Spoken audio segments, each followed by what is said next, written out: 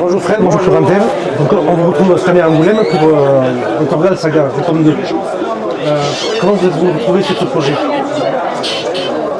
Alors, au tout départ, c'est Mathias du Lombard qui m'a contacté pour essayer de développer une nouvelle collection à côté de l'univers de la série principale de Torgal, avec l'idée en fait de clôturer les séries parallèles qui avaient pu naître avec Tris de Valnor, avec Louvre, avec la jeunesse de Torgal, et d'essayer donc de développer Torgal Saga, qui aurait été des aventures avec une grosse pagination et en grand format de one-shot avec une histoire complète dans l'univers.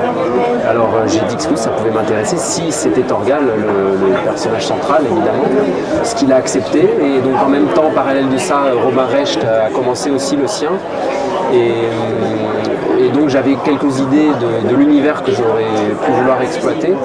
Et je me suis dit que Fred Duval serait excellent pour développer cette histoire parce que je projetais l'univers de l'Amérique du Nord, des Amérindiens. Et Fred connaissait bien cette période-là. Voilà comment c'est un peu né. Et vous acceptez de suite? Ah oui, bah oui, c'était très très sympa. Et puis c'est vrai qu'au premier coup de fil, c'était formel, genre est-ce que tu serais d'accord? Évidemment.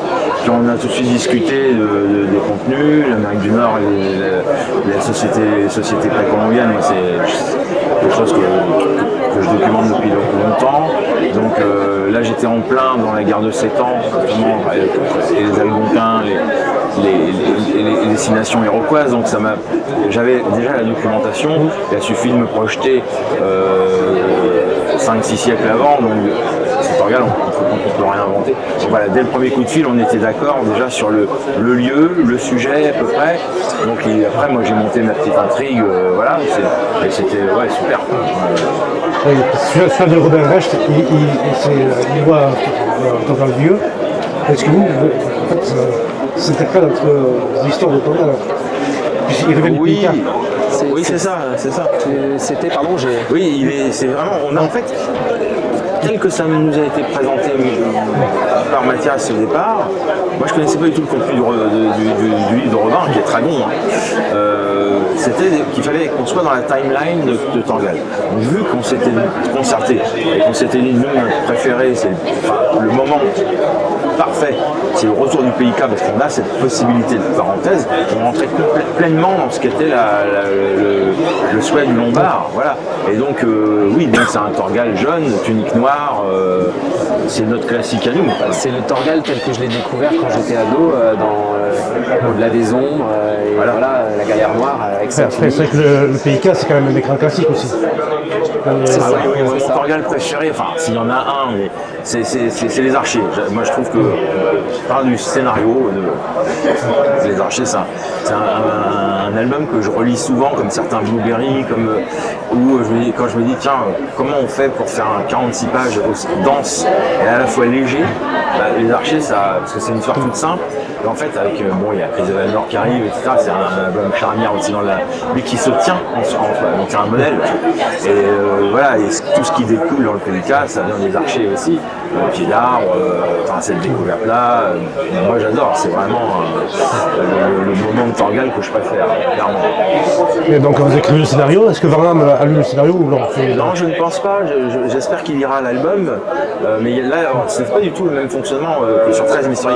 13 Mystery, il y avait une direction d'écriture de Jean Varnam qui était hyper intéressante aussi pour le scénariste que j'étais.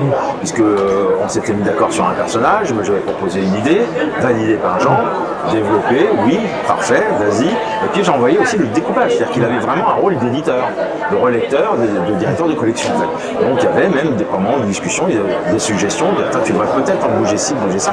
Là pas du tout. Là on a eu carte blanche quoi. Alors je pense que toi sur 13 Mystery, tu avais aussi carte blanche finalement graphique. Oui. Il n'y avait pas de. Mais moi le 13 je l'ai écrit sous les directions de Jean Varnam.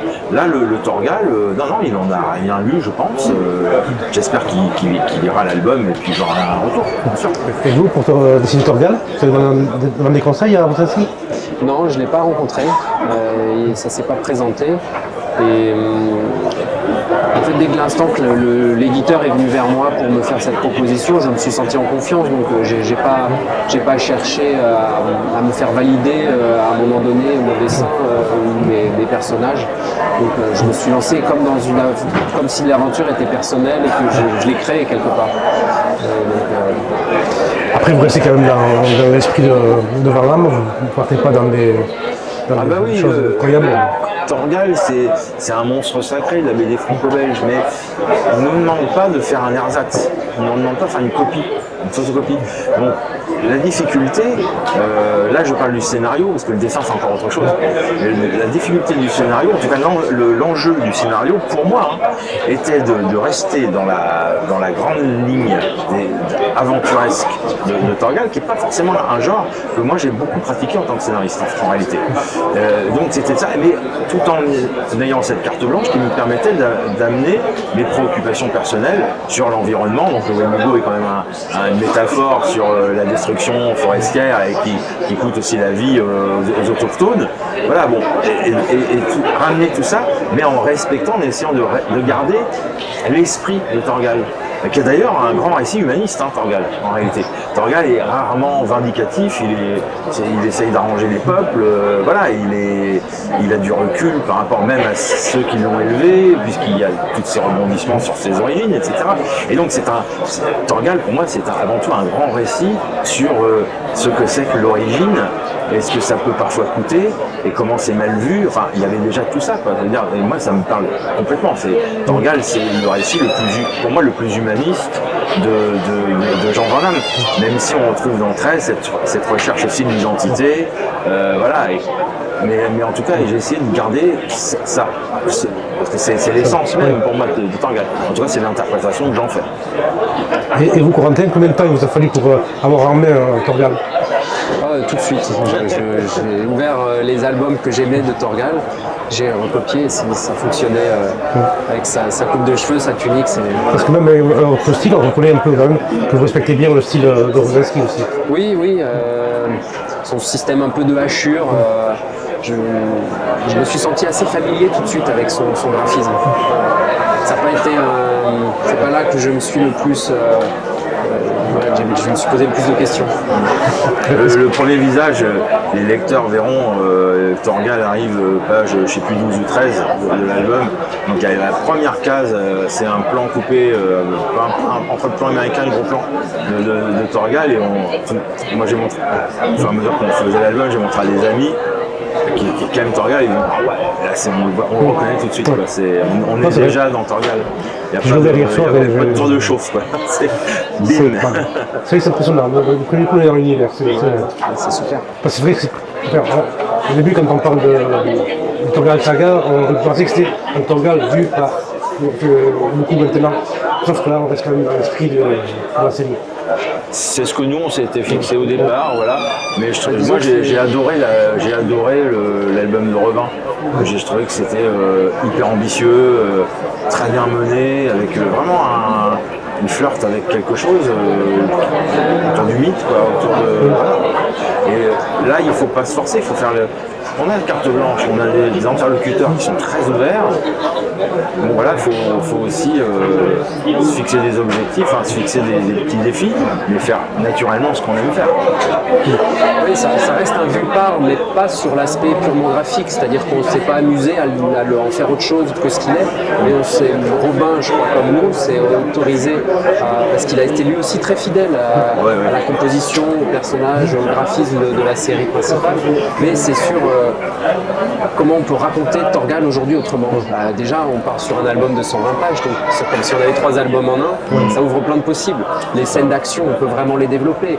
Dans la série, ça ne dépasse jamais 2 pages, c'est fait avec intelligence, mais voilà, on a d'autres possibilités narratives. Donc le vu-part, il est plutôt sous cet angle-là que d'essayer vraiment de lui trouver une tête différente.